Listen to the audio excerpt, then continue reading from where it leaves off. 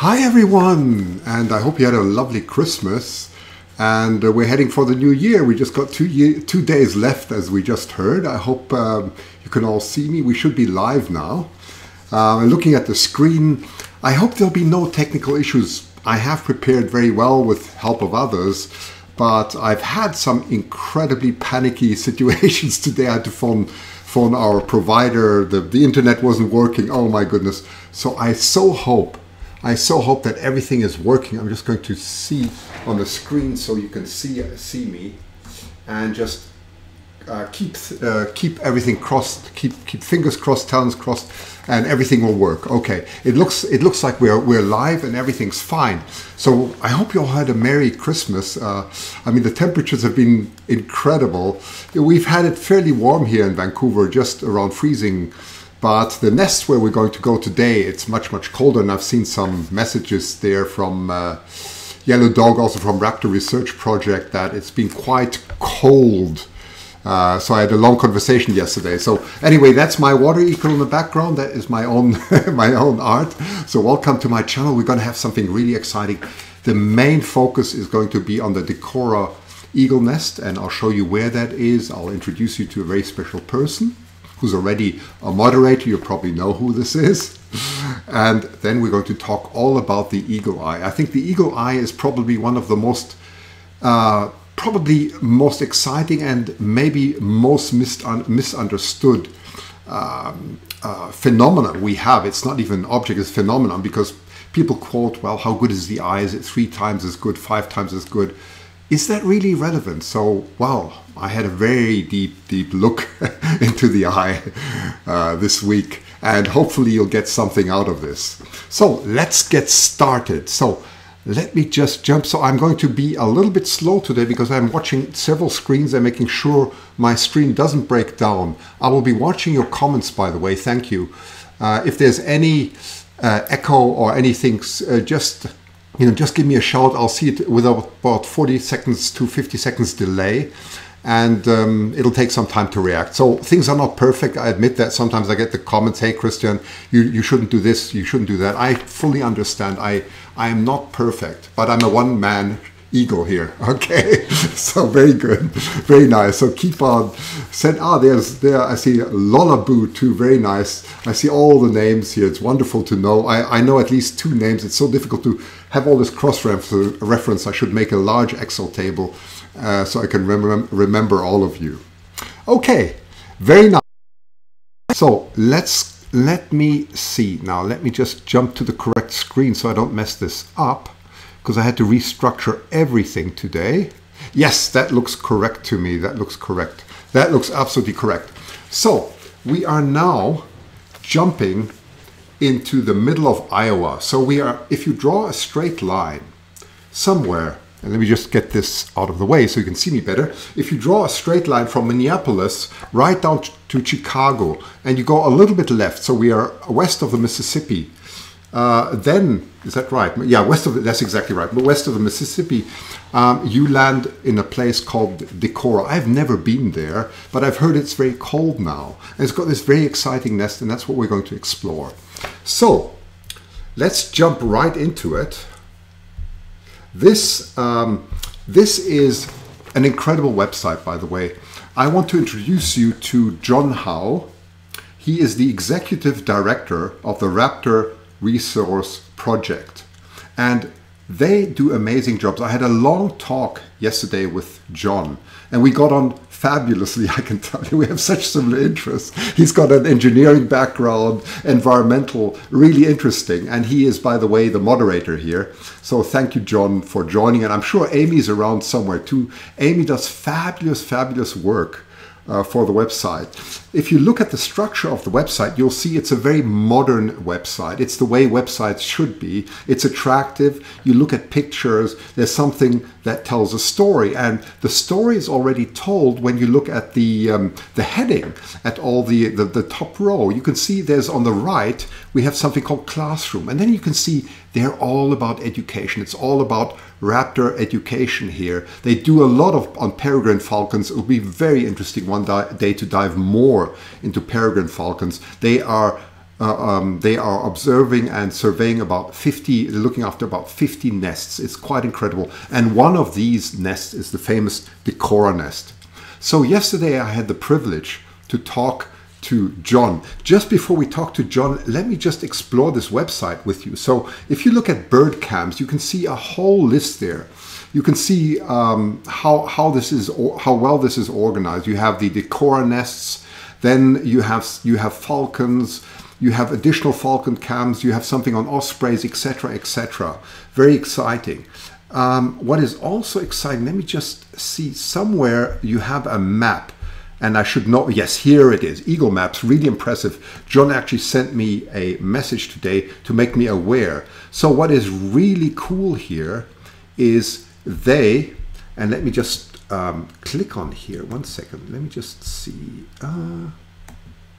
does that work? Expand it a bit. Yeah, I thought, hang on, this morning I was able to open this completely. Now I don't remember how I did it, but you can see D27 was one of the eaglets. They usually have 3 eaglets, quite a successful nest. Also gone through a lot of drama, so I won't tell you all about the drama, but John will tell you that in a moment in the interview. But they have these satellite trackers on them. So these satellite trackers are fantastic, but they're also horrendously expensive. So obviously that is why they always need funding and so on, because these organizations such as the Raptor Research Project do an amazing job. And they're actually working together here. This is not the whole satellite tracking is done in conjunction with others. And you can read all about it. So you can see the tracking all the way here, and it's quite marvelous. So let's just jump back. Let's see if still everything seems to be okay. Yes, it seems to be okay. So, and so on. They have a forum and so on. And then, of course, Explore. They actually have the Decorah, their Decorah Eagle Cam is linked to the famous Explore. Explore is an absolutely fabulous website where they link all kinds of wildlife from all over the world. And they linked their eagles into that. That was a very wise thing to do, because to be on Explore gives you incredible exposure, and it's really fabulous to see that. Okay, so now I will jump to the next one. This is John smiling there. Now I have to say, I did this recording yesterday with John, so I'm going to, so the way I'm going to do it is I'm going to put myself out of the picture quickly so I don't forget that. Let me just put myself out of the picture there, that's better. I'm going to first show the big screen of John, and the audio is a little bit with an echo, so don't complain. I'm going to listen in parallel. There is an echo. Unfortunately, I couldn't get rid of the echo, but just listen very carefully to what John says. The interview is about 17 minutes, so be patient. Things are not perfect. There's a little bit of an echo. We did this over Skype, but just be patient, listen carefully, and I will listen in and make sure that the audio is okay, and hopefully we don't get a second echo or something strange going on, because sometimes the audio is really difficult to control. So I will just let John take over here, and what I will do is I'm going to blend in later. I'm going to blend in some images that he sent me this morning from Decorah. Okay, so there we go. Ah, this is Amy. Oh, that is Amy. Oh, I see. There we go. So I get it. So I've mixed it all up. You see, I can see the Raptor Resource Project is Amy, but I'm sure John is somewhere too. Anyway, let's just get on with it. I'm going to switch off my mic now so we don't get any echo. About the background of the Raptor Resource, the organization, and how it came about. Sure. So Raptor Resource Project was started in 1988, as I mentioned before, by Bob Anderson, and that was basically started to help captively breed and then release peregrine falcons after the devastating effects of DDT. So Bob and Rob McIntyre and Dingley and Robeson, a couple other people started the Raptor Resource Project. So that's how it started. But so what we specialize in is preservation of birds of prey. So that's how it started, basically. We create, improve, and then directly manage over 50 nest and nest sites. And most of those are peregrine falcon nest sites up by northern Minnesota, way up to past Duluth, all the way down into Illinois. So that's a really super thing for me that I love doing. And Amy Reese and Dave Kester and Brett Mandernack help also. And that is to go up and down the river and first monitoring just to understand, are the nests active? And then we do ban the falcons when they're at a certain age bracket, basically. We don't want to get there too early because they're not developed enough to sex them, male versus female. We don't want to get there too late either, otherwise we might pre-fledge them and push them out of the nest. So we maintain those nests, and then we provide training in nest site creation and management.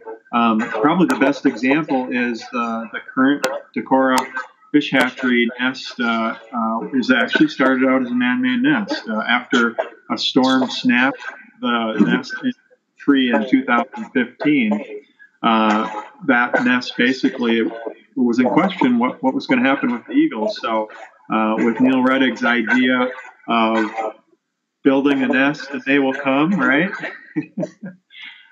We did that. We took the old materials, found a tree that was suitable, had very good support branches for a nice nest, the dimensions and just structure for holding a nest, and took the old materials and built a nest. So nest site creation and management, that's another part of our what the Raptor Resource Project does. Probably one of the biggest things that I think and where we make the biggest impact in the past and future is bringing the viewing experience with the nest cams out to people. I mean, that's the miracle of the internet, right?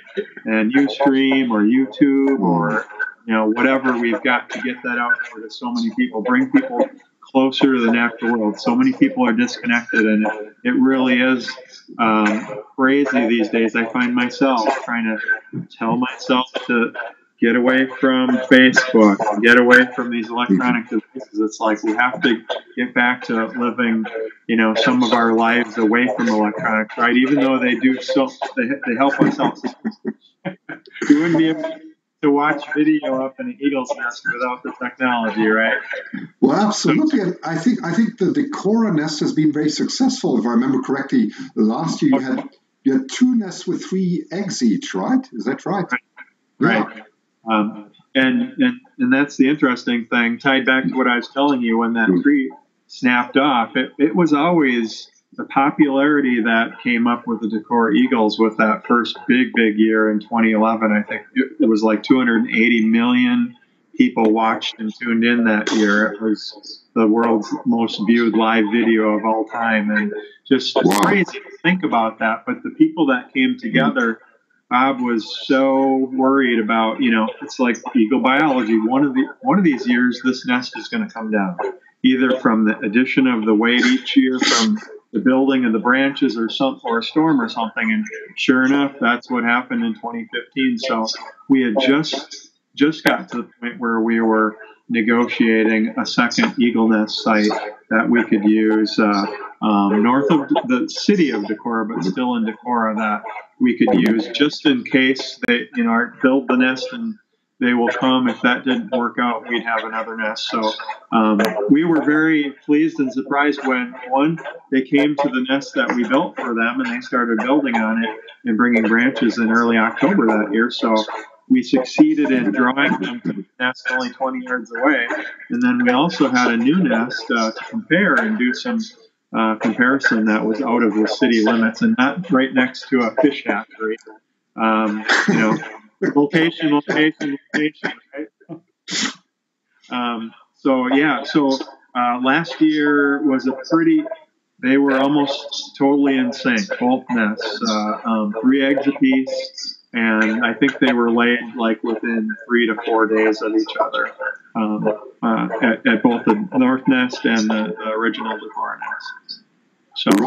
Right, and I mean you've got quite a long history actually with this nest. Have you ever found any of the nestlings coming back, returning to the nest area? We've been wondering about that. I was down doing some work on the radio system that transmits video from one of the cameras that we broadcast on the visitor center down there. And it was interesting because I saw a subadult, and it's got that modeling of the feathers, and it was diving in towards the fish hatchery rearing ponds. And it was also sitting in the preferred perch place of Mom and Dad Decorah, which is the maple tree. And it was actually, it was in the proximity of Mom and Dad Decorah, and they weren't protesting as actively. They weren't even protesting for a while. So it's like, boy, this time of year, they're really defending the area. I mean, you hear that, that characteristic scolding and warning, like, get out of this area. This is my territory. You're not welcome. Only if you're at 10,000 feet. That's right. And so we were guessing, we wonder if, and actually I think it landed in the nest, and the mom came in and then it flew away, but it wasn't really an aggressive chasing. So we're thinking that there's been a couple times where we've actually had one of the offspring come back. And that's could have been one just recently. Yeah, can you tell us a little bit about some unusual incidences at the nest? For example, some prey, owl attacks, destroyed nests, rescues you had to conduct, etc. Sure. Well, I know back in the earlier days, there's several instances where we had great horned owls or barred owls coming in and attacking the eagles when they were on the eggs. I really didn't get focused on watching the eagle nest until 2014, 2015. And so it's easier for me to tell you stories that I actually lived through and watched myself. We've been getting beautiful HD video of great horned owls coming in and nest shopping, and the male will come in. He'll be sitting there. He'll be calling after his mate, come on and check this out. And then he gets down and he does his scraping, and it's really a beautiful thing to watch. Usually it's like, don't you stay long. Everybody's joking about, we love you, but we don't want you to stay in this nest. We haven't seen any real serious challenges. I guess, we see them come in at night, and probably the biggest thing, and I shared a link we had early this year at our active nest in Tubi. We had an owl come in and knock Mom off her sleeping perch, and that was about. I watched it. Yeah. Did you? Okay. It was like 4 or 5 o'clock in the morning, and she's sitting there. They've got the hemispherical sleep where one side of the brain can be sleeping and resting, and the other one is still semi-alert. And just boom, it's so fast. And I've seen it from the other nests, down in Florida too. Just boom, so fast. You can hear her protesting and her wings flapping as she's going down towards the ground. I don't know if she ever hit the ground, but she was protesting. And then, she came back up. I think it was within like 4 or 5 minutes. She was back up on the perch, and we knew that she was okay. But I remember Bob calling them. It's like he said they're not called the flying tiger for no reason. The Raptor world. So they're pretty fierce and aggressive. The owls are, especially at night. Right. Let's see. I mean, there's so much to talk about, but I got some notes here. But one thing I'd like to talk about is one of the recent nestlings. I think it's D27. You put a transmitter on. Can you maybe explain how you do that without interfering with the eagles too much? How do you do that? Sure. So after the eagles have fledged, they're not independent. So the parents are still feeding them, and they're teaching them how to hunt, and there's flight lessons. There's eagles will watch the parents, and they'll try to mimic that behavior. And there's they're actually coaxing and doing behaviors with the food and teasing and bringing the eaglets, fledglings around and getting them started in the behaviors that they're going to need to learn for life. By use of food like that. So they learn how to mantle and all that. But so just like a falconer, the relationship is a trust relationship with that falcon and the food source. The same thing when an eagle is when we're trying to trap an eagle. So the nets that are used for trapping are humane type use. It's like fishing, looped up fishing wire, about 50 pound test, I would say, something like that. That's looped in a net area, and then the food source, which in this case is trout, is put on there. And we've been doing it on a mulch pile because that's something that they're used to having there. The eagles would land on these mulch piles near the fish hatchery. So Brett Mandernack, and we've got a couple that comes in from out east, David and Ann Lynch, that have been helping for years with that trapping study. But they'll start putting these fish out and see if the fledglings will come and start taking the fish. What they use is just a regular hula first, just to get them trained to see that hoop come down, get used to seeing the prey there, the fish. And then once they get used to that, and it's a regular thing, then Brett and Carol and crew can come in and they'll actually use the real trap, and they've got everything down to a science. These guys have been trapping and tracking and transmitting eagles for decades now, and it's really a pleasure to watch them in action. And like I said, I got to film that process this year. But once the eagle, the talons and the toes get caught in the noose trap, somebody runs over there quickly, grabs the eaglet. They put a hood on to keep it calm. That will calm the eagle. So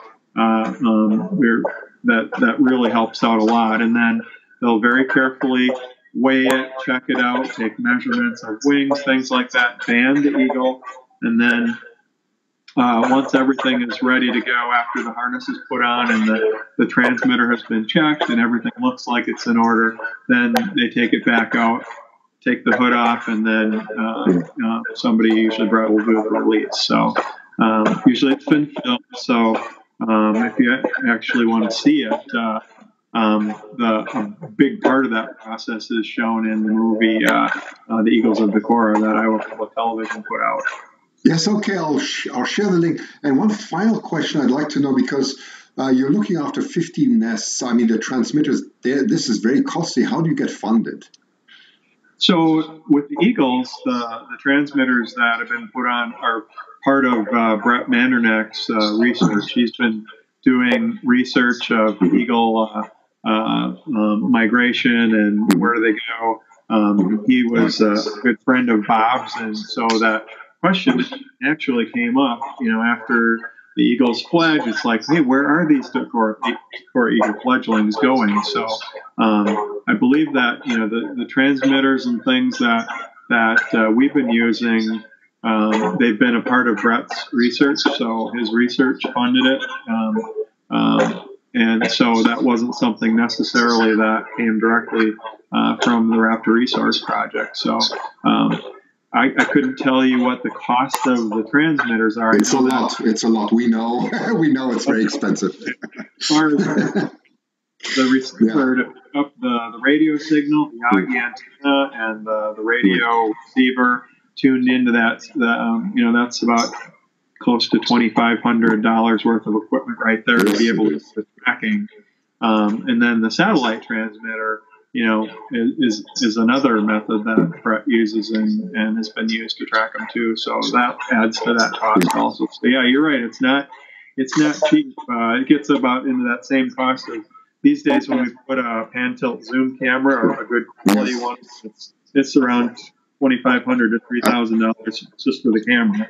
That's correct. And then the expensive part is the installation. Installation part, yeah. You are correct there. Microphones these days, too. The good microphones are pretty, they can get pretty expensive, too. Yeah, but how does the Raptor Resource Project actually get funded? So what we get most of our funding is through donations. Just good. People who donate, they're watching the live cam, they're watching the education program. That's one thing that I forgot to mention before, but probably the biggest part of our mission is the education part of our mission. Good. People watch the camera and they chat and learn about eagles, and we've got 40 volunteer moderators that we have, and usually there's about 20 at a time that are actually answering questions. And these guys, you know, they gals, most of them are gals, but there's some guys that are. They wrote a Bible on the story.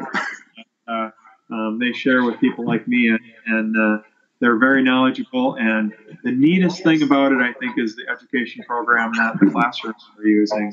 So that's one thing I wanted to mention was we had about 900 classrooms across the country that were signed up for the ad-free educational chat.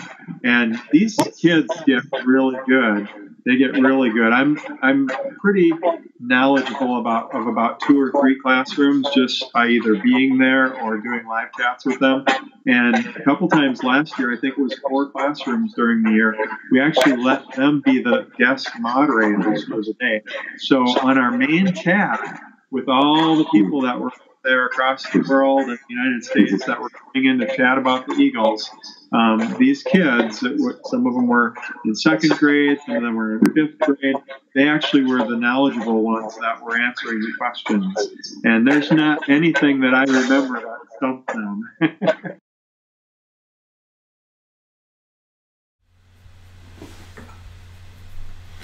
Well, wasn't that just wonderful? I apologize for the sound. I know it wasn't perfect, but I do hope that you could hear it, right?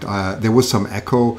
These are echoes that are sometimes not easy to see. You have to understand. What we see with our eyes is very easy, but when you record and it sounds fine initially, sometimes this happens. So I'm going to work on that. It's part of a learning curve, so excuse the echo. But I do believe that you could understand the incredible dedication that John has. It's absolutely fantastic. So let me just see now. I have to make sure I don't get a goodness me, I don't get a reflection here. So just give me a second, please, because I am somewhere where I'm not supposed to be. Let's go. Yep, there we go. There we go. I think I have to be careful that my channels don't get mixed up and you don't get echoes here. So just give me a second. Here we go. That's it. Now we're correct. Okay, now everything seems to be fine again. Okay, so anyway, thank you very much to John, and especially to Amy. Look, Amy does the most incredible blogs, by the way. She writes these newsletters, very succinct, beautiful information. We'll get to that also when we talk about the eagle eye. So very nice. Okay, so let's move on to our weekly report of all the nests, and you can see what is there in the back. I'm just going to get myself out of the way here. There, that's much better. So DC, what's going on with the DC nest? Well, I had a letter here from John. I should say an email. I still talk very old-fashioned here. A letter from John who said, I should be aware that the web stream will resume on the 2nd of the 1st, 2018. So that's the 2nd of January 2018, very soon. If I looked on the website, John, I couldn't find it, but I'm sure I missed it somewhere. But just that you know, it's going to be exciting. That stream is going live then, and we will include it much more in our weekly reports. Good. Then next nest. Oh yeah, here we go. Here we go. The northeast one, yes, the northeast. I just wanted to quickly tell Janet something. Janet wrote to me and she said she's very interested to understand the size difference of NE18 and NE19, and we'll go into some pictures. However, Janet, I think this is a great topic. In fact, it is such an important topic that I will try and make this the feature of next week. How do we actually can we actually distinguish males from females by certain features? And I'm going to try and get an expert whom I know. It's still secret, okay, because he doesn't know yet that I'm going to interview him. So hopefully all that will work.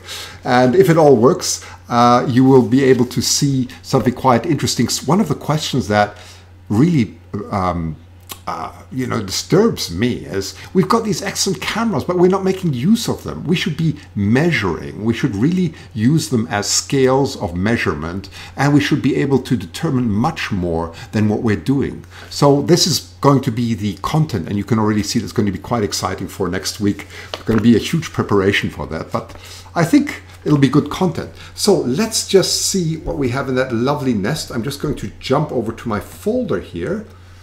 Decorah Nest, where are you? Here you are. I've got all this. Yes, Janet. So what is Janet talking about? So Janet has several examples, and that's what we'll talk about next week, so we won't spend too much time. There is a very recent picture of NE18, much bigger than NE19, so obviously they're doing very well. You can see how fast they grow. I was going to show you the growth curve and so on too, but I think we're going to leave all that for next week because it's an exciting topic of its own. There's so much to be said about this that we should spend much more time on it. Okay, Janet, so thank you for sending them, and we will revisit that next week. Then from Lady Hawk, I got this one beautiful picture here. Thank you, Lady Hawk. Look at this. She does these incredible, like many of you. Like many of you are such good videographers. I try and comment on your channels. I don't always manage, but I visit as many as I can, and I leave some comments. I really love your dedication, and this is just one of these beautiful pictures that we have here for the Northeast Nest. So that is all that I have, I think, on the Northeast Florida nest. So everything's fine. So we got 4 so far. And then let's jump to the Southwest nest. Yes, Southwest nest. There was some, let's see, where is my Southwest Florida contribution here? Yeah, we had this wonderful, and this is actually something I did myself quickly. We had this wonderful double hatch there. There are so many good videographers here, so I definitely don't want to interfere with them, but I couldn't help just taking this very quick one here. I think this was 2 days ago at the Southwest Nest. Beautiful cameras and everything, and it's just it's just marvelous, isn't it? It's just so marvelous that we can view now without interfering. So there you go. I won't leave that on too long. We see these very sort of wonky, wobbly, bobbly heads. Really wonderful. By the way, I did notice, and I don't know if anyone wants to comment, but the one seems to be quite dominant, right? Or am I wrong? Is E10 very much dominant here, or is it just I haven't been watching so much? If someone wants to say that, you can comment on that. But there they are. I did watch some of the feeding, and it seemed like this was always a pushover here. So there's the double pip. And yeah, we're going to talk a little bit about what a double hatch is and how often it occurs. So you can see this is all very nice pictures here from Lady Hawk. And you can see all the evidence of the pips there. So that was one of the interesting questions. So let's just jump to the nest here quickly. 1 second. Here we are. Here it is. Here it is. Here it is. Yeah. Oh no, this is not live anymore. I stopped the stream. I think you can only spool back 2 or 3 hours. And hang on, I'm just going to, before I forget this again, I'm just going to kill my streams here so that the ones that we've done, that they don't interfere anymore, because that's always my worry.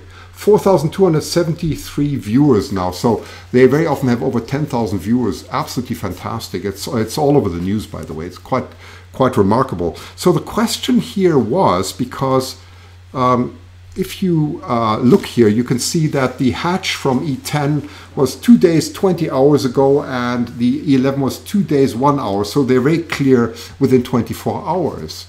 Is this something very common? Is this rare? At first, I thought this is maybe more rare.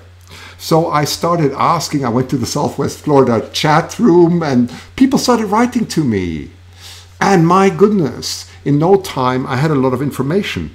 And I already have a list of at least 12 to 15 cases reported here of a so-called double hatch. Now, the double hatch is maybe not that important. It just means that it is more or less within 24 hours, but there are some that are within 25, 26, and I think the shortest I saw was on the berry nest B6 and B7.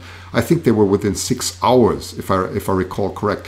But I have here at West End in Catalina Island, Johnson City, Delta 2 Nest. Gretchen said something about the American Eagle Foundation at Dollywood Cam. Barry I just mentioned, and then came Judy B with a huge list here from the Hancock Wildlife Foundation, who have quite a number of cameras reporting again on the Delta 2 Nest several times. 2010 was Lafarge, 2011, 2012, 2014, 2016, 2017. Those were all periods where the hatch was very close in time. So not that uncommon, and seems to be no correlation between warm weather and cold weather. That's what we suspected initially, that it would be more likely in Florida. Maybe that is the case, but what we see so far, it is more common than we think. So thank you for sending all the data. You can see the usefulness of this channel, so I can share all this with you. And then let's get to the berry nest. Let's get to the berry nest. So let me just close this window. And there is the berry nest. Yes, the berry. So Gina always sends me this. Gina and Nicole send me a lot of information every week. So thank you so much for all the information. Let's just get back to my folder and share that with you. Where are we? That's haze. That comes later. The berry nest is here. Let's first go through some of Gina's beautiful pictures. Now, Gina, you will recognize, she's a ground observer, and she sends me these beautiful images. And oh, there you can clearly see that is probably a 4 or 5 year old.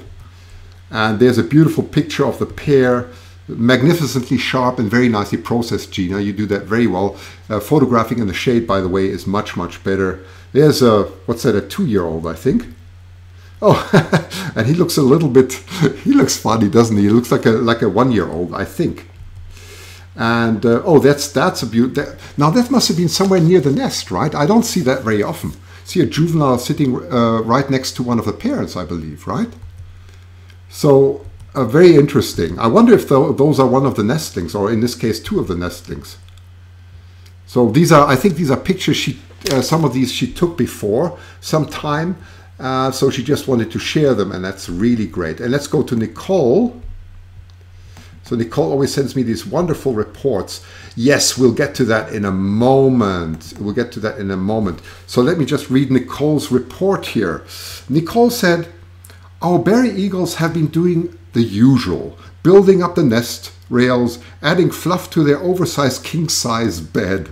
Dad and Mum have been seen frequently flying out fluffy nest bowl, yes. Dad has brought in food on the following days. And then she says on the 22nd, he brought in food. On the 23rd, he's been very busy. On the 24th, of course, it's Christmas, right? 25th, Christmas Eve. A partial fifth on the 25th. Well, that's no food on the 26th. And on the 27th, he brought a partial duck. So let's have a look at all that. So there you go. Mum is eating on the 27th. There's Mum and Dad. Thank you for labeling them. Very nice. And there they are busy eating the duck. You can see that. It's a lot of work. Really wonderful. Mum and Dad of the berry nest. Mum berry was trying to mate with Dad on nest, but Dad wasn't in the mood. Now, isn't that... No, really, Dad, how could you be like that? Mum must have got really upset. And there you can see Dad brings in duck, very nice, and Dad and Mum. So Dad brought in a duck, don't you think that is great? My goodness, give him a break. There you can see Dad, Mum brings in live fish, Dad again, the hunter, and Mum eating. So that's what Mum is maybe a little bit grumpy now because she has to get ready. Soon's going to be a really busy time for her. Dad carries off duckling, Dad brings in ducks, and so on, and so on. Mum wanted to mate. Yes, we've had that one before. Here's a beautiful picture from Max Hester again. I don't know if Max ever joins us. As anybody knows, it would be very nice to have Max here. And also Vicky from the Southwest Florida. I know she's another ground observer. But do tell them, it would be wonderful if they participate, if they feel like it. Because they do make nice contributions, probably without them knowing. So here again, a nice picture from Max. Dad and Mum and Dad berry on the 28th, and oh, this is a lovely one with a duck. That was the duck that came in. My goodness, Dad has been working really hard. And here another picture, Mum and Dad on the 28th. Now, isn't that wonderful? Oh my goodness, these are beautiful ground pictures. And here, Dad berry with duck. very sharp, beautiful photography. And here from Gail, very nice. Mum Berry, look at that. Looks a little bit sort of just like waking up or so, just shaking herself. And Max, probably with a very similar picture, right? Does that? No, that's a different picture. I can see that. Mum Berry again.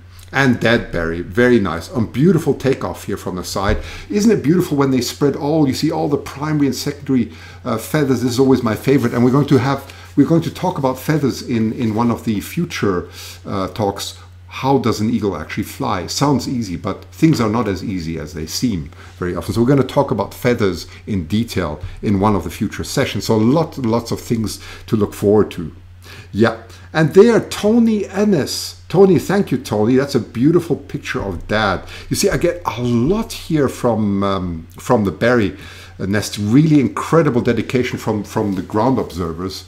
Would love to go there one day, by the way. So thank you for all that. Now, I do want to show you something else that Nicole sent me, and we will actually get to this topic. But do have a look. You saw that the owls are on the agenda today, at least partially, and you'll understand very soon why. So she did send me this.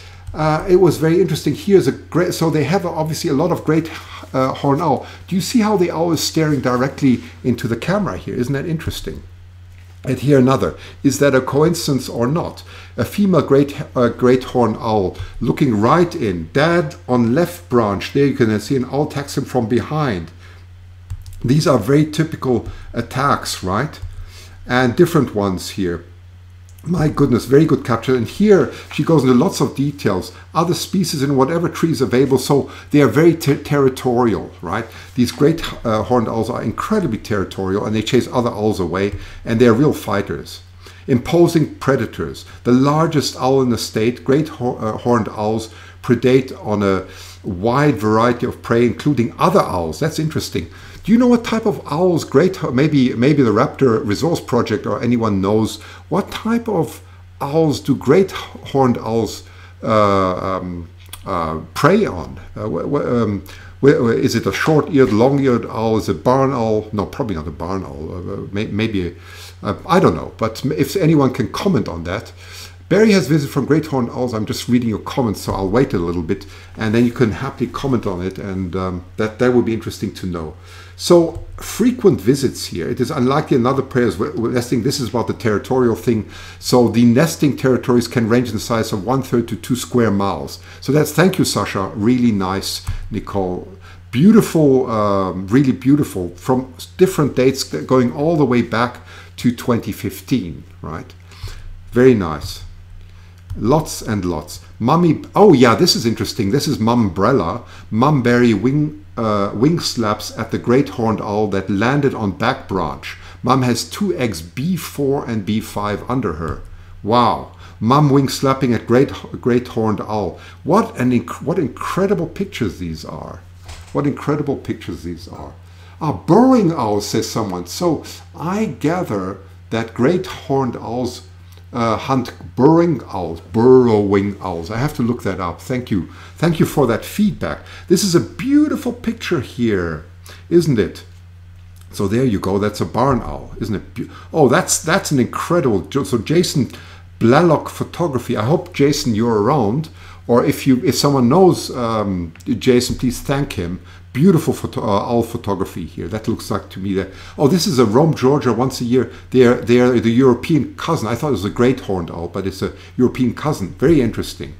Another beautiful picture here. Absolutely stunningly sharp and excellent light. Couldn't be more beautiful, isn't it? Mum Berry was on the nest when an owl attacked her. So there's a lot and lots of owl images, and we'll talk about that in a while, because this is, yes, these are superb pictures, really superb. Good, thank you very much. So that was the Berry Nest report for this week.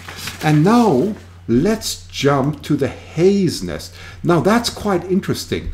Let me show you a few pictures here. And so the Hayes Nest is 6 miles outside of the city of Pittsburgh, Pennsylvania. Oh, I hope I pronounced this correctly, on the Monongahela River. Is that correct? Monongahela River. So this nest is very interesting. and I'll show you that in a moment. But let's just appreciate some of the beautiful ground pictures here. There is bringing in a fish. That's really, really beautiful. So yeah, that is by Decorah Nest, Dana, excuse me. That's by Decorah Nest and Barbara Batgirl, by the way, give me lots of information on this nest. Thank you to both of you. Really beautiful, and that's one of these favorite ones where you just have the beak sticking out from the wings. It's a perfect shot from the side. Very nice. And there's the pair. And there's a little bit of a squabble going on. Very nice, thank you. So let's just see if we can jump in there and see something about that. Let me just close the berry nest. Yes, now this is interesting. This is their live stream. So the Hayes-Bald Eagles has their own live stream. And what is interesting is they had a major incident, and I hope I will summarize this correctly. I'm just going to put this stream on because this is absolutely mind-blowing.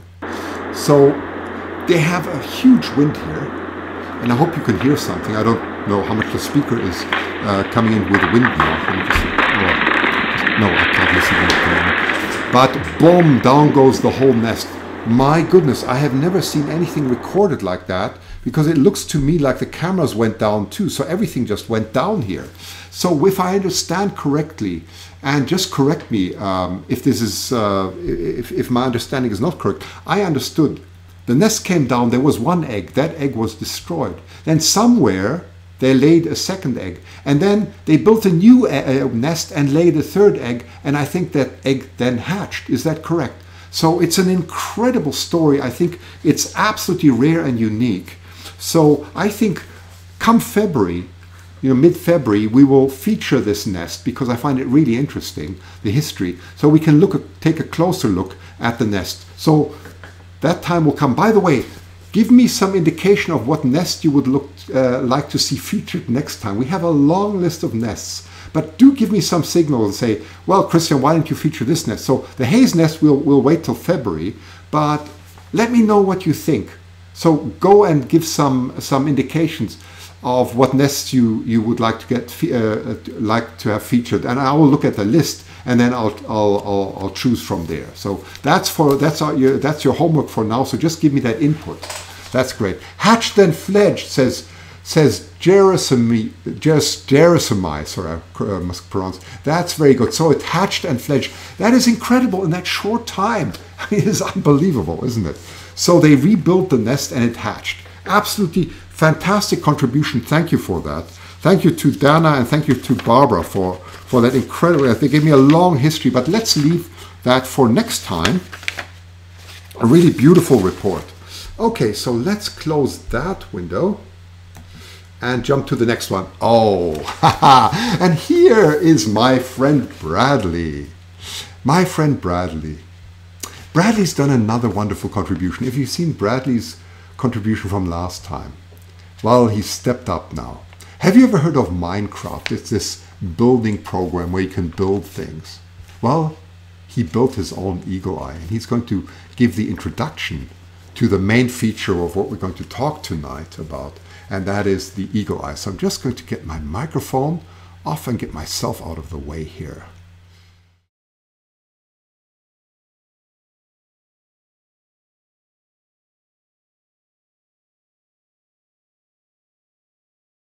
Bradley, aka iRadix360, and today I'm going to build a bald eagle eye in a game called Minecraft. Minecraft is a game where there are almost no boundaries. It's also more than a game, it's a development tool. It's also used in schools to teach students coding. Today I'm going to be using a photo as a reference from Christian Saucy. Very saucy indeed! In this video, I used Minecraft to make an animation. A bald eagle eye blinking. So here's Minecraft, and the resources I'm using that Minecraft supplies are white terracotta, white concrete, black concrete, sponge, and snow. Let's start by building the feathers with white concrete.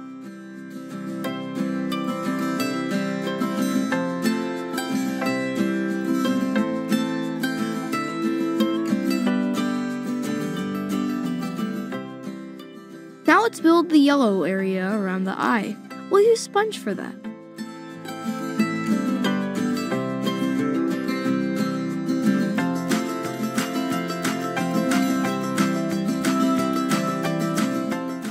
Next, we'll use snow for the eyeball, and black concrete for the pupil.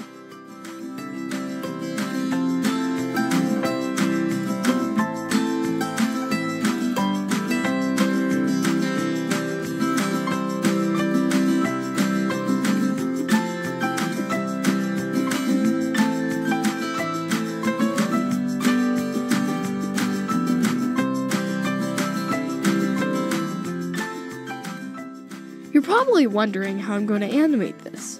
Well, I have a few command blocks that will be programmed to place each mini build into a location. Now that my approach is clear, let's speed things up. Then we'll look at the result.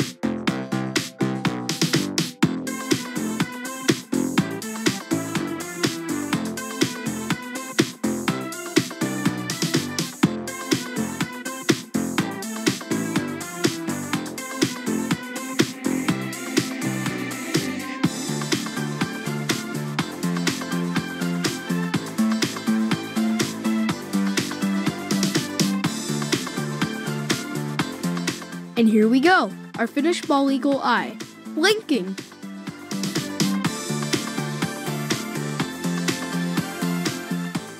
And here's a bonus, something I also built, a bald eagle in a nest.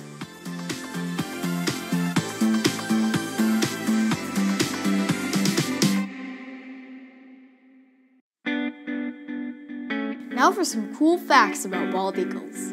Bald eagles weigh about 10 pounds, but their eyes are about the same size as humans. I mean, what's up with that? Also, when flying, a bald eagle can see a rabbit around 2 miles away. Wow. Anyway, that's all for this week. Thanks for watching.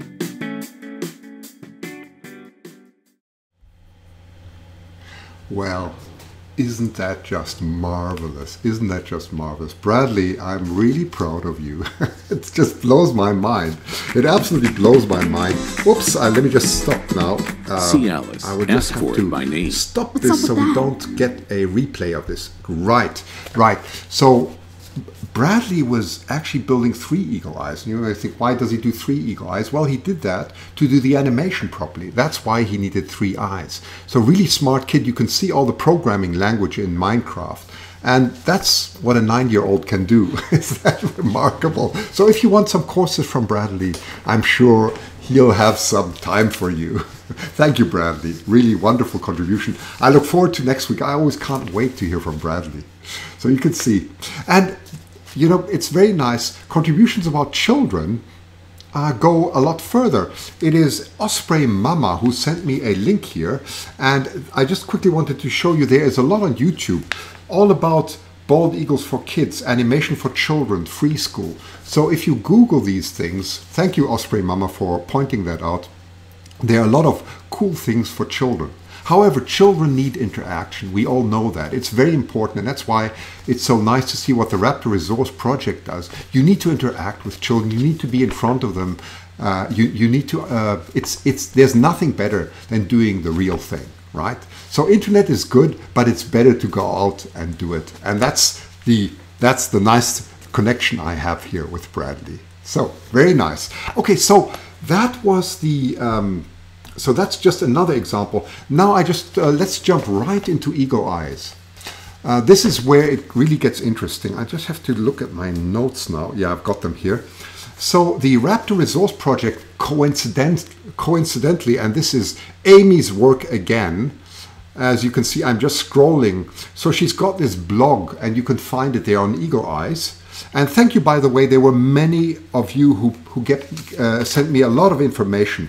I have a whole list that I really don't want to miss out on anyone. Gretchen sent me something. Peggy, Sherry, my goodness, Sharon, and so on and so on. I got so many contributions and suggestions. So thank you for all that. So what Amy's done here, she's written a beautiful summary here, and you've heard Bradley say one of them about a rabbit from over 3 miles away. Okay, so these are things we do know, and so she's written this beautiful and very succinct part with some links on how she got the information. Thank you, Amy, for that. So good. If you really want a good summary, that is the one I would recommend. By the way, I've given all the links down.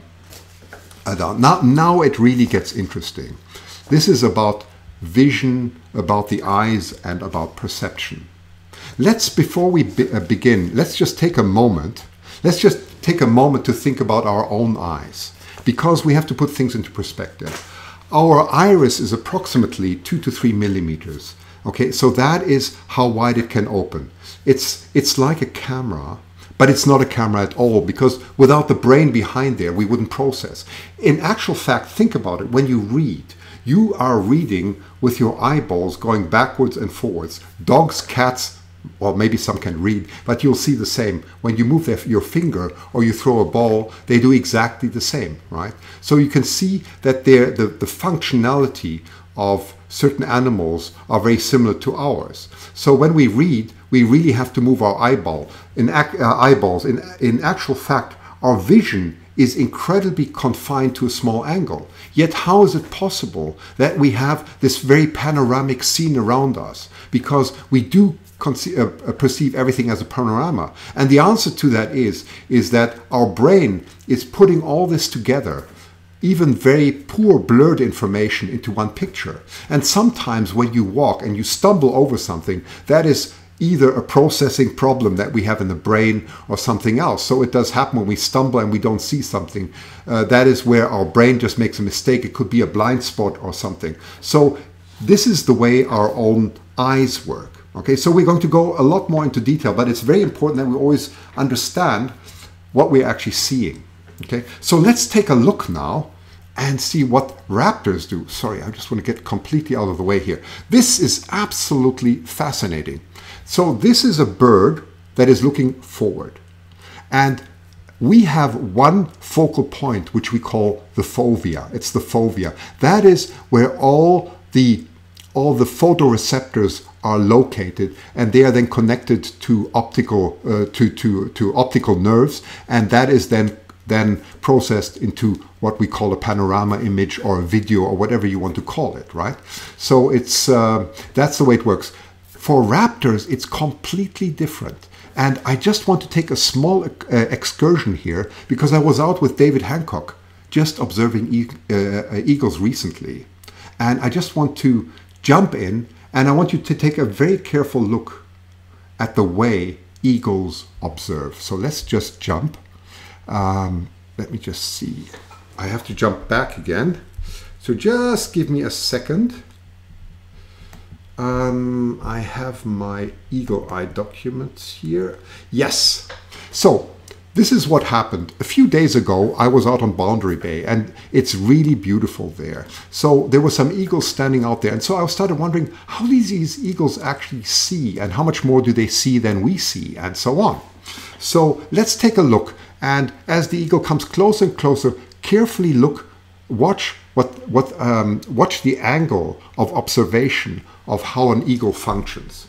So here we start.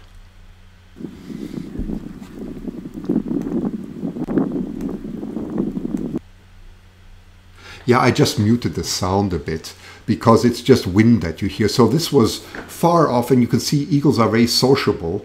So they seem to be just sitting around doing nothing. But in reality, they are actually doing a lot of observation. So what happens now if we get closer? So if we get closer and we go to one of the, one of these medium voltage lines, there is an eagle sitting with a duck. Do you think that eagle is seeing me at the moment? My distance here to the eagle is approximately 100 feet, okay? Do you think this eagle seems to be looking somewhere else, right? You look at the angle.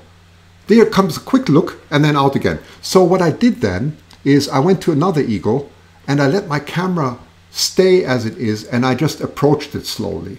I mean, that's okay because they are on a high pole. They don't worry about me, but I just wanted to see how the perception of the eagle would change. So let's take a look at a 4-year-old, I think it is, just as I get closer. So I'm here about maybe 40, 50, 40, still, no, let's say about 20 to 30 yards. And I let the camera go and I'm walking towards the eagle. Look at that look. Do you see that? We're going to talk a lot about this. He's observing and now I'm getting really close. Okay, I'm getting closer and closer. And the camera is just running at the same angle. There you go. You had a very quick look, a direct look, and then a look away again. So, and now as I get closer and closer, you can see how the perception is changing, and that's really important. So let's discuss that. Let's discuss all about the eagle eye, right? And so we jump back now. Oh, by the way, I just wanted to show you some beautiful picture that Sharon also shared with me. You know that eagles have 3 eyelids, and one of them is the protective nictitating membrane. Very difficult word.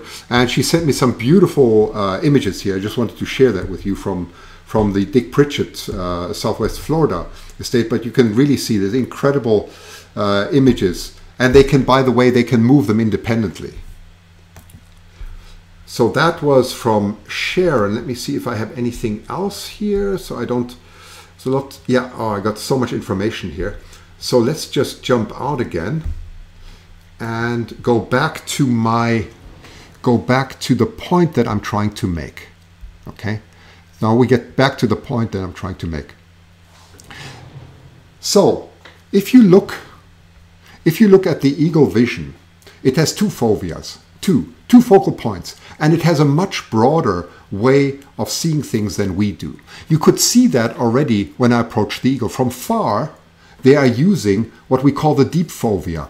Those are typically at an angle of 45 degrees outwards, and they use only one eye for that. So they could lie like this in the nest, and with one eye they can look upwards and watch the prey, and with the other eye they're doing something else. This is something we really cannot do in the same way. That's their deep fovea. They have another ability with that deep fovea. They can change the lens. They can bend it in a certain way so that they can change the magnification. It's a little bit like a zoom lens to imagine. So that is really interesting.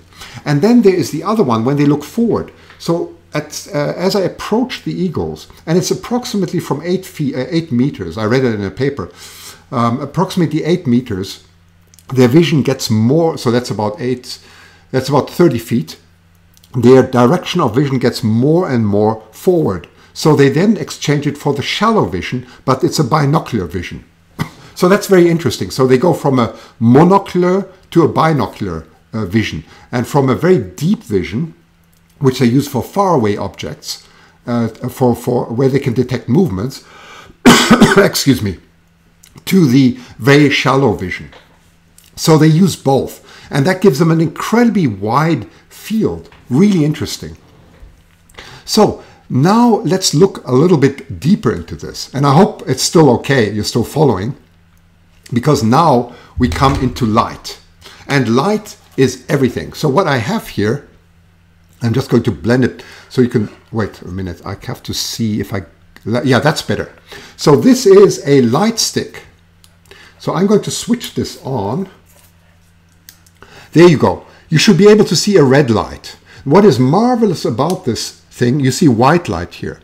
But actually white light, there's a bit of reflection here. White light is made up of rainbow colors. And they go all the way from the deep red to the deep blue. And I'm just going to switch a diode here. And it's not so easy to see because the camera may be not showing so well, but you can see it getting more orange, and it seems to get brighter here as we get into yellow. And in fact, here is yellow-green. You can't see the green so well because the camera is not processing the green as well as it should. But our eyes have maximum sensitivity in the yellow-green. That's around, if you want to translate it into nanometers, that is exactly where the maximum of the sun spectrum is. It's right at 555 nanometers. So that is where our eyes are most sensitive. No wonder we see yellow-green so very bright. It's not because the colors are bright, it's because our eyes are very sensitive. And then we go down. That's green, by the way, difficult probably to see. And we get more and more to the blue, and finally into the purple. And in the purple, our sensitivity goes down again, just as much as it went down all the way at longer wavelengths in the red. And this is how they all look in one. And then you have white. That's how white light is composed of all these colors. You may know this, but it's a very nice example. And if we put some other LEDs on there, we would eventually not be able to see them anymore. Okay? So let me just switch this off and get right back. So the way this works is we have three different types of cones in the eyes, three different types of cones. These cones are sensitive, and they're called trichromatic because some are sensitive to the red, some are sensitive to the green, and some are sensitive to the blue. Now comes an interesting thing. What happens at night?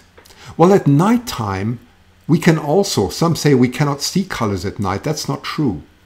The spectrum of our color perception at night goes far more to the blue. And that's because the rods kick in. The cones are still working. It's not like the one switches off and the others are on. But the cones are still receiving whatever light they can.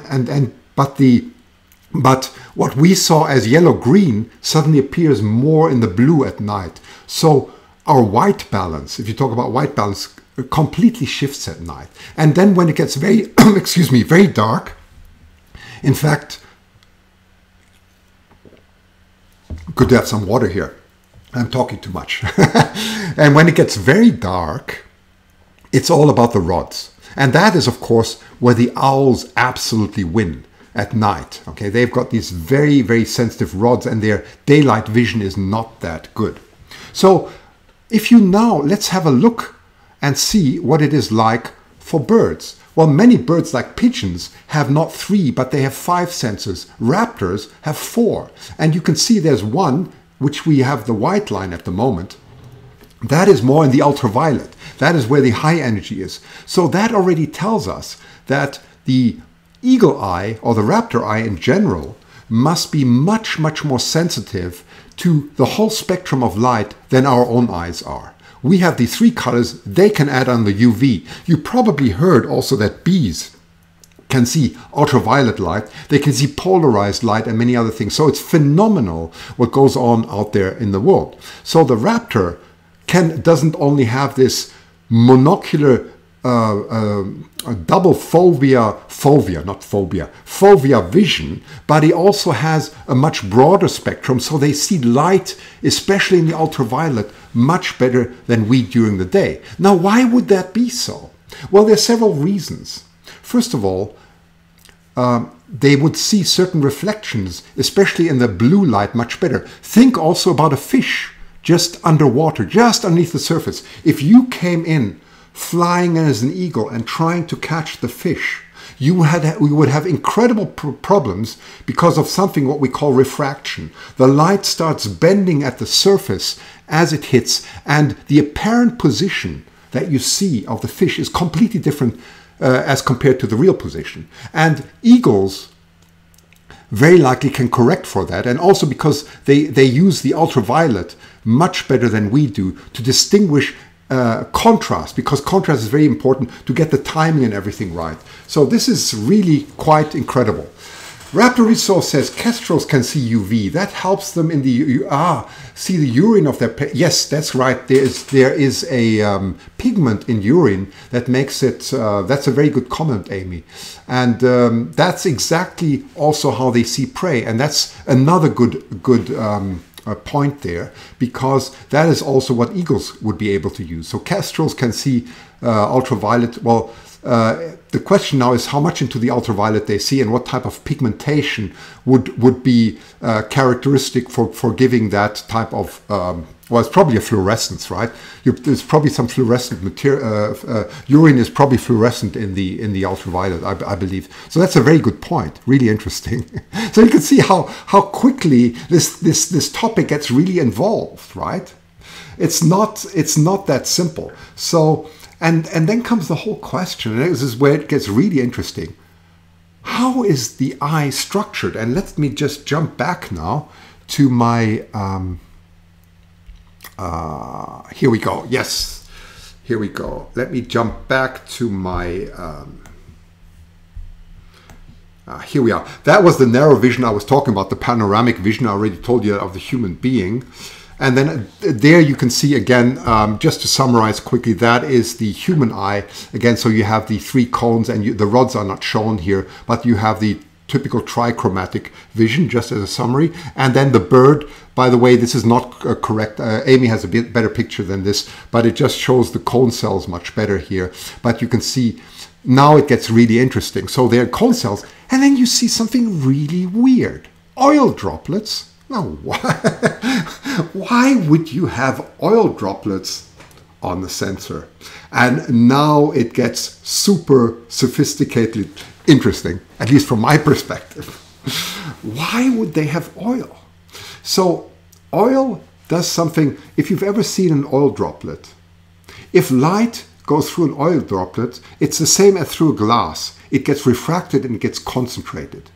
So what these oil droplets are doing, first of all, they are like micro lenses. They are micro lenses because they're focusing the light and into the various cones. But that's not the whole story. Then these oil droplets are also colored. That means they have pigmentation. And the pigmentation is absolutely key. This is what makes it super crazy, because the pigmentation selects what light comes through it. It blocks certain light and lets the other light through. So it acts as a micro lens, but also what we call a spectral frequency filter. It allows certain wavelengths gets absorbed and others come through. And that must give an incredible contrast that we cannot even imagine. So you can see how difficult the concept of vision and comparison of resolution is. By the way, an eagle has approximately 1 million sensors or receptors per unit. I think it's per square millimeter, if I remember correctly. And we have about 150 to 200,000, so there's a factor of 5 more. So people often say the resolution of an eagle is 5 times better. Maybe it's a factor of 2, depending on how you define it. But that's nonsense. It's not so easy. Look at the structure of the eye, look at the spectrum that they're looking at, and look at the oil drops, what they're doing. So the vision must be so much better, and their whole brain, if you look at the comparison, the eagle has a size of the eye that is very comparable to ours, but its head is very small. So there is a lot of the brain only contributing to the vision and whatever happens with that vision. So actually the raptors must have incredible abilities that we cannot even imagine, right? What's going on there. So it's not just like taking up a camera, which I have here, and saying, well, this is my eagle eye, right? I'm going to put a big lens on here and now I'm an eagle. Oh no, it's the whole box. And this is, by the way, a really stupid box. This is just a camera. There's a highly intelligent box up there in the brain of that raptor doing incredible processing at an incredible speed that we cannot even imagine. And by the way, very little research has been done on it. I've gone through some of the literature, but this is just the beginning. It's just the beginning of understanding of how all this functions. So you can see how exciting this whole subject is. So let's move on. So Now, listen away. If you want to skip this slide, just tell me. This is just a little bit of what goes on in the oil droplet. Okay, this is a recent publication, which I like. So on the left side, here on the left side, you see how light is bent or refracted and concentrated. Okay, so you can see light in different colors. Don't worry if it's getting boring now. I hope I'm not boring you. But light is bent through these oil droplets. On the right side, that's what happens when you put pigmentation in. This pigmentation that each of them has, the oil is colored. Some of the blue light on the right you can see is absorbed, so it's kicked out. And the more slightly orange light comes through, and the red light comes in very, very well. So you can see that is selective absorption, and that's how they work both as a micro lens, and they also function as a filter. So really interesting things, really interesting research, incredibly complex research that's going on. Jan is saying it's not boring. Well, that's good. Keep going. That's great. So that's how detailed the current state of research actually is, of understanding the functionality of the eye and the eye droplet. I never knew this, but I found this absolutely fascinating. And if you want another good summary, by the way, I just wanted to show you that. Gives you more the complete summary. Sometimes if you don't know things, and that happens very often to me, how is a hawk vision better than human vision? Go to Quora. Sometimes it's Reddit or Quora. And I have all the links, by the way, all the links that I'm talking about. There's a long line of links that you see below in the text that explain all that. But all that I've mentioned, especially this is a picture that shows that an eagle would see the picture differently to how we see things. The colors must be incredible in UV. I'm very envious that my eye doesn't function like that. And so on. So some really useful links. So, and then of course, some people, and these happen to be Germans in Stuttgart, where I came from originally, they tried to build a camera that looks like an eagle eye. Now, why would they do that? Do you just do that for fun? I mean, camera inspired by eagle eyes that that one day may be shoved down your throat. Isn't that interesting? So we have this very narrow vision, right? So what they were trying to do is build some type of micro lenses on their sensors, and it looks something like this. I mean, an eagle eye doesn't look like this, but you can see what they're trying to get at. It has this narrow focus where it can really zoom in, and then it can see the blurred part of the rest where it can see any movement. And from that, well, something like that is what an eagle sees it like. But that's only a very primitive attempt, but it's a very good attempt. And why are they doing this? Because they realize that raptors or birds, especially birds of prey, by their selection and by their vision, there must be a reason why nature invented this. And the reason why nature invented this is because it gives them a wide peripheral vision at the same time. Now, eagles are not perfect. There is a certain space in front because they've got this long beak that is blocked. And of course, what's behind them, they cannot see. So these are the dead angles where they can't see. And that's also why they're moving their heads all the time, right? They move them like this, and then they move them 45 degrees. Now they're looking with one eye at you, and so on. So they're constantly moving, but their eyeballs are hardly moving. And that's really interesting, right? So much for that. By the way, now to a wonderful subject. I just have to tell you this, and maybe we'll spend a whole session talking about the peregrine falcon. There's something really amazing about the peregrine falcon. The peregrine falcon, of course, is the deadliest and fastest hunter that is known. And the Raptor Resource project, they do a lot on peregrine falcons. But this summary is really beautiful. What is so special about the peregrine falcon? The peregrine falcon has exactly the same problem. It's looking at a 45-degree with maximum resolution. But what happens if its prey is right in front? And then it does what we call a logarithmic spiral. This is really interesting. And by the way, the Raptor Resource project has a video where they mounted a camera onto a peregrine falcon, and it was diving. So when they dive, they can either go straight down, and there's a video, by the way, I should share with you at some time, maybe I'll do it next time, where they jump out of a plane, or was it a balloon? I don't remember, balloon or plane, and there's a peregrine falcon diving at 180 miles next to them.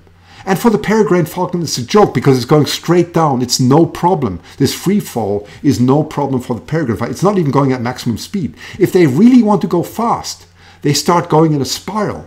Now, why would they go in a spiral? Well, this is easy to explain. And they have to use their wide vision now. They have to use their monocular vision. They would have to twist their heads like this.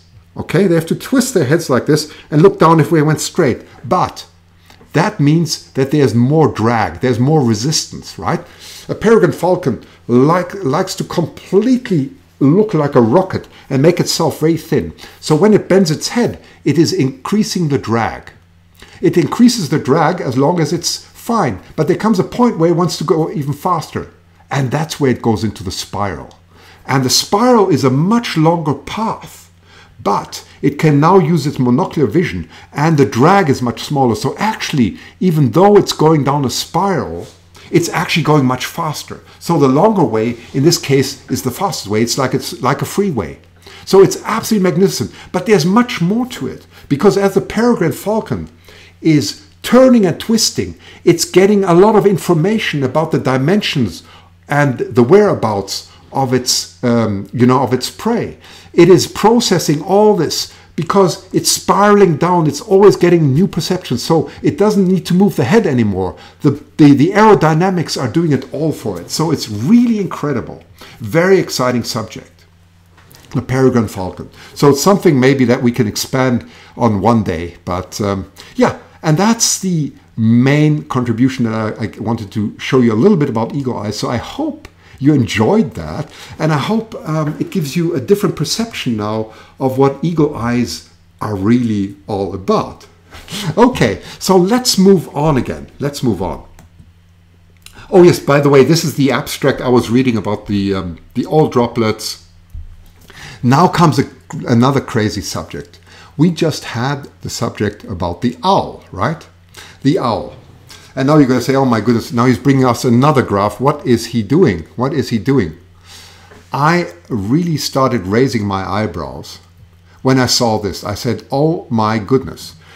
The owl, as we just learned, is using a lot of its rods. The density of the rods are much, much higher than what we have. So its nocturnal vision is much better. And that's to the left here. So the human curve is the dotted one, right? And the falcon is way up there, it's dotted. And you can see as we go to more and more, as it gets more and more dark, our behavioral activity, they call it behavioral activity. I don't know exactly how they define it, but I mean, we go to bed, right? At night, you can't see anything in the dark. Well, that's where the barn owl and the great horned owl, as you can see, their lines are extending, really get active. And it tells us that they see a lot more at night. Well, that comes as no surprise. But then the question comes, what are they seeing at night when they are approaching a nest camera? Okay, and this is why I thought this gets interesting. And let me just show you how these nest cameras, these security cameras work. At night, it's all very different. First of all, these cameras see a lot more than our eye can see. They're not better than our eye, they're just different. But they can see much more in the ultraviolet and they can see much more into the red. So if you remember again, if you take this example and I switch the red light on, if it went up, there would be light that we wouldn't be seeing anymore, and these cameras are still picking that light up. Well, we don't want to disturb eagles, and we do know that that at night they don't see well at all. That is a known fact, and it's been observed many times. If you switch on some light source that is more in the red, or we say the near infrared, the eagles don't pick that up. Walking encyclopedia. So you don't pick that up, right? So we don't see it. You just see this very faint, very dark red. That's what we're seeing on the security camera sometimes when you look at it. Now the eagle, And we know that, doesn't see anything. They are not disturbed. It's not because it's showtime, they know it's now showtime. They really don't see that. And they've looked at the, the sensitivity of eagle eyes. So they're, in that sense, very similar to the human. Now, imagine you switch this on. You switch this on. I just have to make this a little bit more dramatic now. Make this a little bit more dramatic. So you have these LED lights that are only sensitive to the infrared, which the camera, by the way, can see. So it's called night vision. We can't see that, right? But the cameras can see it, and because the cameras can see it and put it on the screen, that's why we can see it. Okay. So here's our experiment. And so what is the owl seeing once we start illuminating this, right? I strongly suspect that the owl is seeing this. That's what the owl is seeing. It's oh, now you can see the green screen even in the back. But this is what the owl is seeing. A big flash of light. Now, if that is the case, it would explain why there are so many owl attacks where there are eagle cameras. I say this is not proven, okay? This is something we have to investigate. This is a hypothesis at this moment, because I could find no literature about the sensitivity in the red of the owl. But if this is the case, it could very well be that the eagles are illuminated by the for the owl. It's just like bright, like a stadium light, right? And in they come, whoom, and then comes the attack. If that is the case, there is something we can do about it. All we need to do is change the filters of these, because they have different filters. I'm not going to bore you with details, but this problem can be solved. You can still be able to see them at night, but we should be able to at the same time see if this is a cause. I don't know if it is. This is a hypothesis. Okay, so take this really with a grain of salt, very carefully at the moment. I'm not sure. But I believe that there is something in this. Now, how do we test this?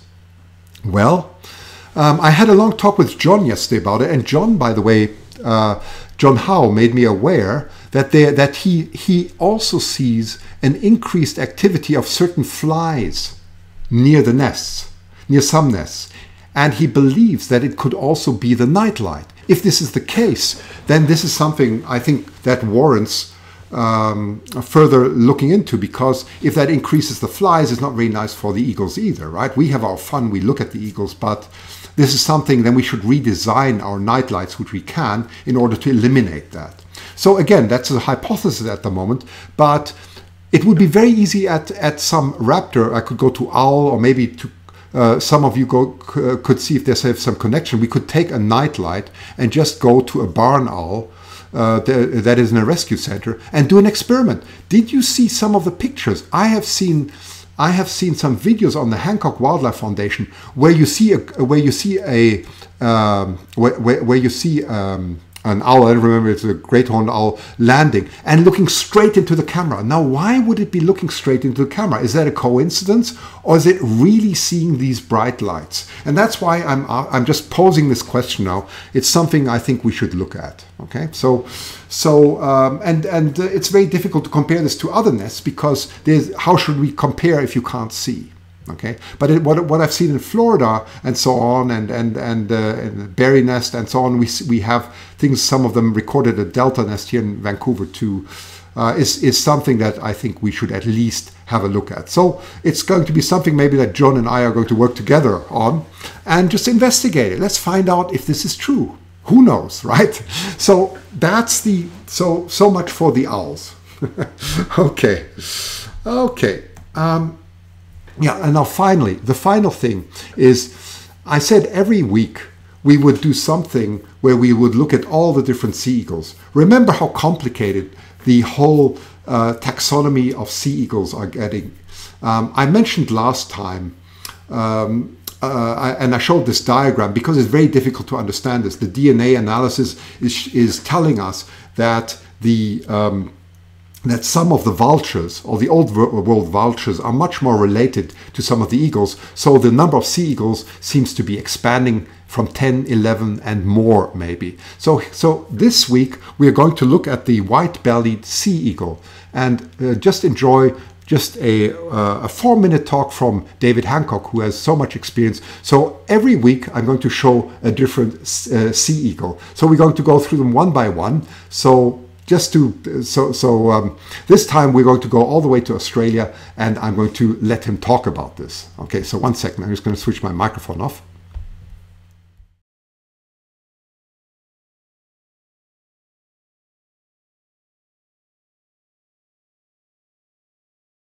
First century here.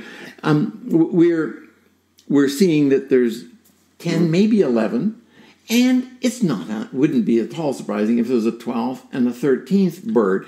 And what they're going to do is take a bird from the old world vultures, which look like a fish eagle, and move some of those into being fish eagles, or they're taking the most advanced kites, Right. which had evolved into fishing, and they're maybe moving a kite up into. So you're either taking one from either side and moving them into into the true fish eagle. So okay. it's all about judgment.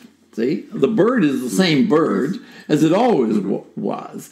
It's how do we make these arbitrary classifications. And we used to do it just by physical measurements and measuring feet and bones and wing length and so on. Now we have another tool, and this is kind of interesting.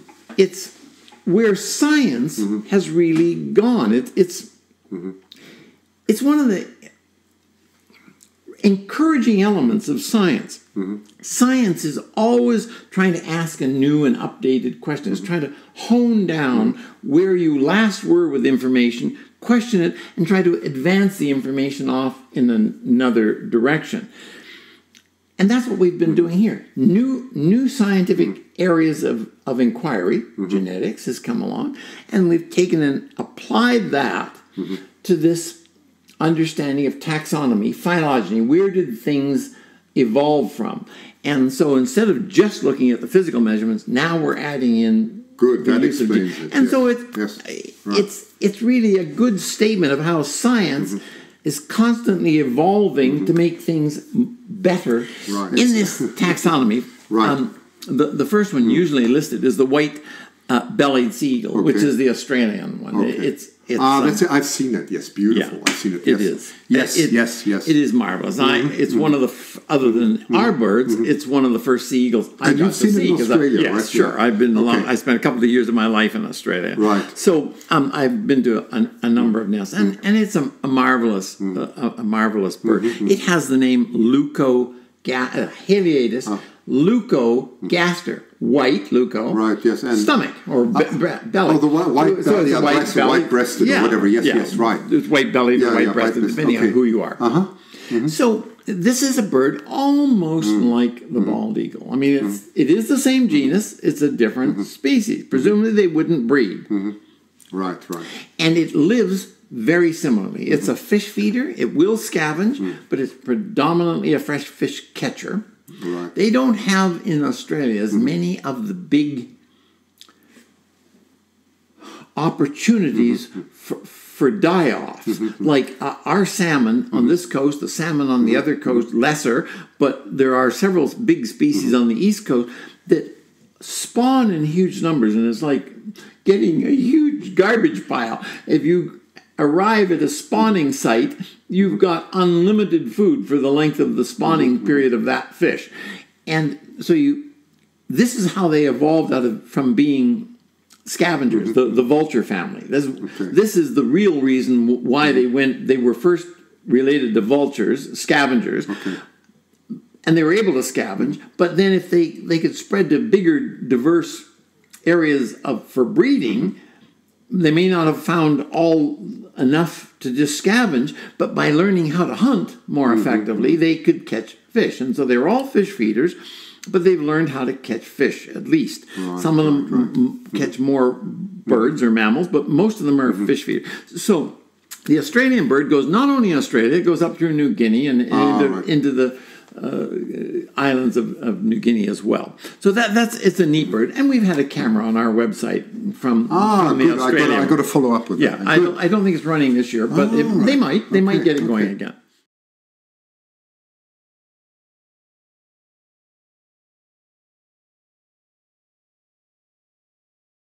Okay, very nice. There we are. Very good. I hope we got the sounds off here and we have no interference now. So anyway, that was a long 1.5 hours for you. Thank you for enduring enduring the long time. I really value your contribution. Thank you so much. Really been wonderful. I'm so enjoying this. It's a lot of work. I've spent days and days preparing, as you can imagine, to get my facts right, because I'm doing this all on my own. But I really love doing it. So the question is, what shall we do next week? If there are any suggestions for nests. Next week we're going to look more at the at the physical dimensions of eagles, and the question is, can we do much more with the cameras in future? That's a question that always bothers me. We have these beautiful questions, but isn't there much more we could do with it? So anyway, if you have any suggestions, do write them. Nests that you would like to see. There's a long list. There's no difficulty for me to get more nests. Thank you very much. I can see some of your comments. So if you do have any any preferences for nests, that's fine. We'll do it. And there's so many topics. I mean, there's so many topics we're going to cover. We're going to cover the difference between male and female from the dimensions next time. We're going to cover more their habitat. Someone has also said, can we talk about lead poisoning? Yes, of course. Lead poisoning is a very sad and very important topic, and so on. These are things we're all going to cover, right? So there's no lack of no lack of topics here. So it's really nice. Anyway, my friends, I wish you, and I really, from my warmest heart, I wish you a wonderful, successful new year. Have and let 2018 be a wonderful eagle year for you. And I hope to see many more of you. I'm getting to know so many of you. I so enjoy this. I really do. It's my passion. It's my love. And let's continue increasing this and making the best out of it and learning together. So that's the best. So so I just have to jump now to the other screen. Sorry, because I got so many screens here. Have to see how to switch. I don't even know how to switch off my channel at the moment. I think I can do it from here somewhere. So just give me a moment. Sorry for this. I have to go back to my main screen and somewhere. Oh dear. You see, I switched everything around here. So just 1 second. You can just talk a bit more, and I will. Otherwise, I can't see how to switch off my live stream here. Oh dear, it takes a bit of time. There's too many windows here. Let me just see. Just hang on. Live control room. Okay, it's a bit slow today. There we go. Okay, got it now. I got it. I found it. Anyway, so how many screens do I have? I have 1, 2, 3, 4, 5 screens. But I have backups also in case my stream breaks down. So it's really, it's quite sophisticated here. But anyway, have a nice New Year party, and who knows? I'm probably going to see quite a few of you next year, because I'm also going to travel a bit wherever and whenever I can. So thank you, and Happy New Year.